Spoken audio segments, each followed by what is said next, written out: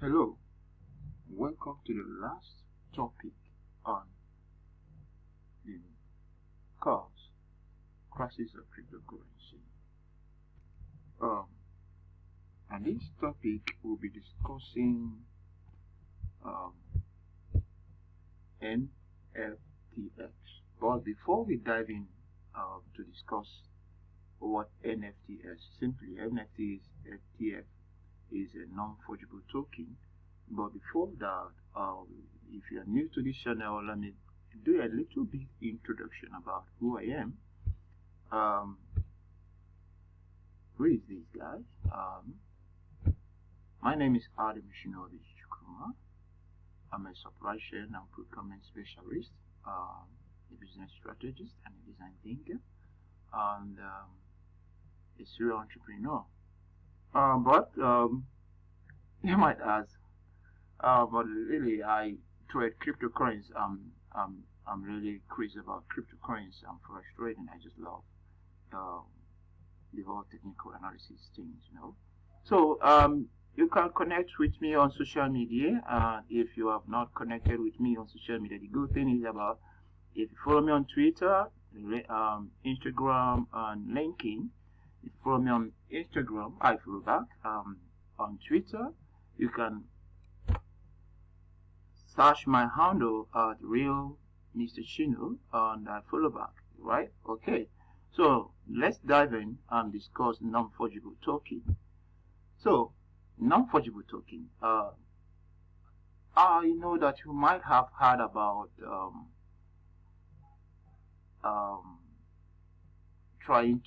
people talking about artists or creative people trying to leverage on blockchain to make money.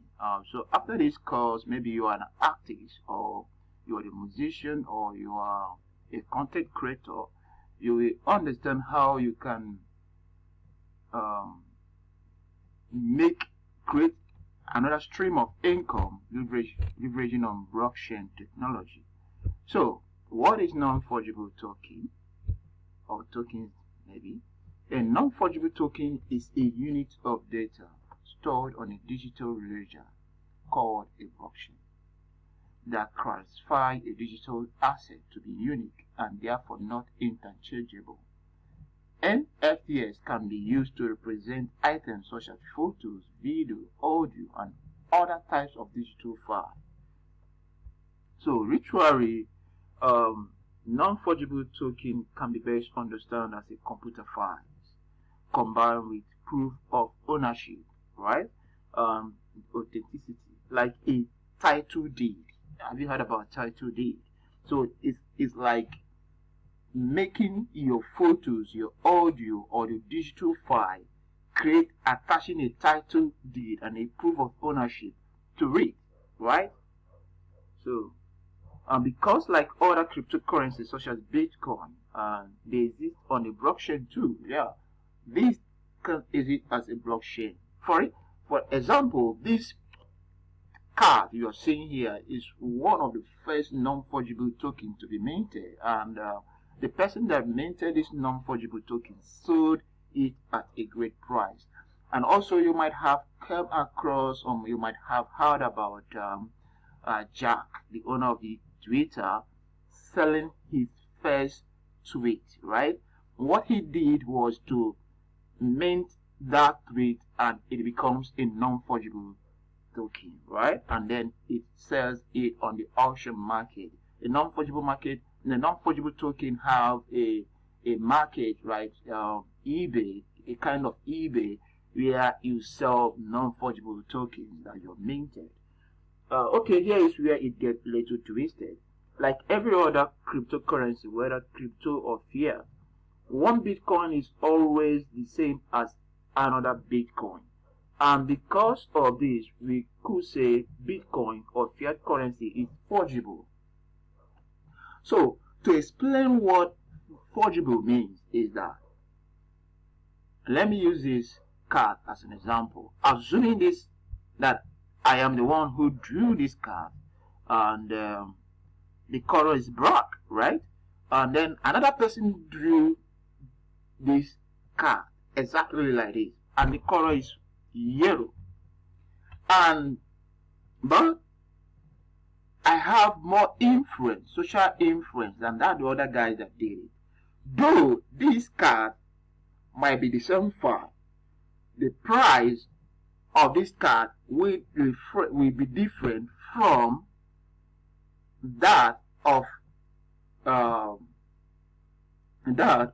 other guy, because of some factors, and that's what we say that it is non-fungible, because literally this card supposed to be at the same price, irrespective of who is selling it, right? But because it is a non-fungible token, the price is a reflection of the person or the value of the person who is selling it. So NFTC doesn't have, in other words, NFTC doesn't have the same characteristics like other cryptocurrency, right? Because other cryptocurrency are fungible, right? So NFTC have a unique variation set. That's what I'm trying to explain, that it have a unique variation. The way the value or the price is determined or is quoted, it differs, right? Most of the value is based on the highest bidder, and this simply implies the price of NFTs is determined by the bidders, like the price of items that are on eBay platform. But it is way more than items listed on eBay platform. I just use this as an example to point out that the value of NFTC is a reflection of the bidding price and the social influence of the person that minted the token. So now let's understand what is NFTC. Understanding NFTX, right? First, for you to understand what NFTX is, it is not suitable to use as a medium of exchange. It is not suitable to use as a medium of exchange. So how does it get its monetary value? So that's the point. That's where, if you want to understand everything about NFTX, so the first thing you have to ask is, how does it drive its monetary value? The first thing you need to understand before getting involved in NFTs is how NFTs drive its monetary value. To understand the valuation mechanics, okay, let's say you stumbled upon hand groove. I'm trying to explain more. Maybe if you didn't get what I explained previously, so I want to use another example to explain what I mean, how the value of NFTX is driven. So, for instance, you stumbled upon a grove worn by famous pop artist Michael Jackson. If you take this to sell on a traditional market, it might not worth much. But if you take the hand grove to an auction market, the price changes. The grove that might worth $2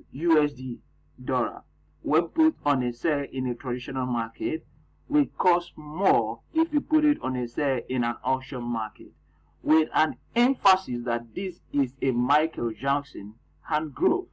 Likewise, the same type of grove will worth less whether in a traditional or auction market if the person that used it is not Michael Jackson.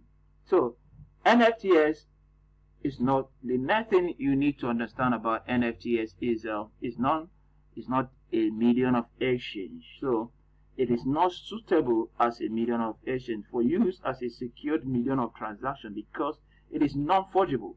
What this implies is that each NFTs token is unique and irreplaceable, thereby making it impossible for one non-fungible token to be equal to the another. Yet, it still used as okay. Still use the Michael Jackson hand groove as an example also. But for now, we will compare it with that of Fela hand groove. Even though both are well celebrated musician legends, but the price of the two groove will differ because of the groove are because of the way the groove are minted. We are assuming that the groove that Michael Jackson used when he's doing his musical career, and the groove that Fela used during his musical career, the price, assuming that they are the same groove, and they are maintained the same day, but the price will not be the same. So because of that, the token cannot be used as a suitable means of an exchange. The next thing we are going to look at is extensible. So what does this mean? This means that you can combine two NFT you can combine an NFT, that is non-fungible token, with another to build a 10 unique NFT attributes. So for instance, you can get two NFT and combine it together to build a new NFT with a different attribute. Then the next thing you need to understand is transferability. Just like Bitcoin, NFTs contain ownership details for easy identification and transfer between two token holders. So you can transfer it, and that's why it can be sold, right? If it cannot be transferred, that means it cannot be sold.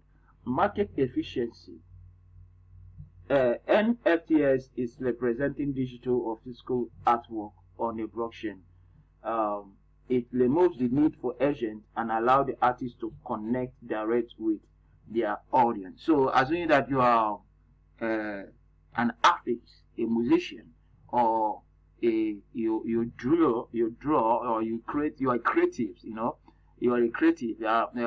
With NFTs, it gives you a leverage to a market efficiency, that is, make more money from your work. Previously, most of the artists don't have a better loyalty from their work, but with NFTs, such narrative will be changed.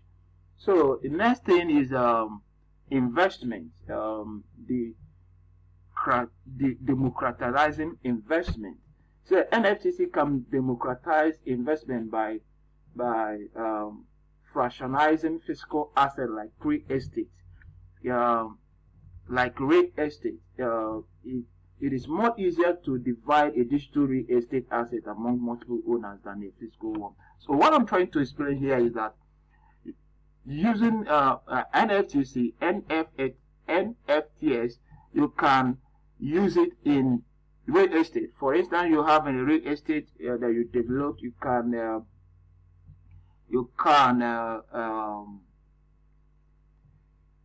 For instance, you have a real estate that you work in, and each of these units costs way more higher. You can mint a token representing that real estate and sell it, right? So people who buy that token, but indirectly have a share, but not a legal share to that real estate, but a kind of they can drive value if the real estate increases. For instance, maybe you are working on developing a real estate in places like Lekki or Ikoyi, and most times the houses there doesn't sell fast, but you put a token, and then you tokenize that real estate unit and sell those tokens on the platform, on cryptocurrency exchange. Indirectly, you have made your money, and the more the value of that real estate increase, the more the token owners increase. So we will stop here now, and the next we will discuss NFTs investment matrix. So we will discuss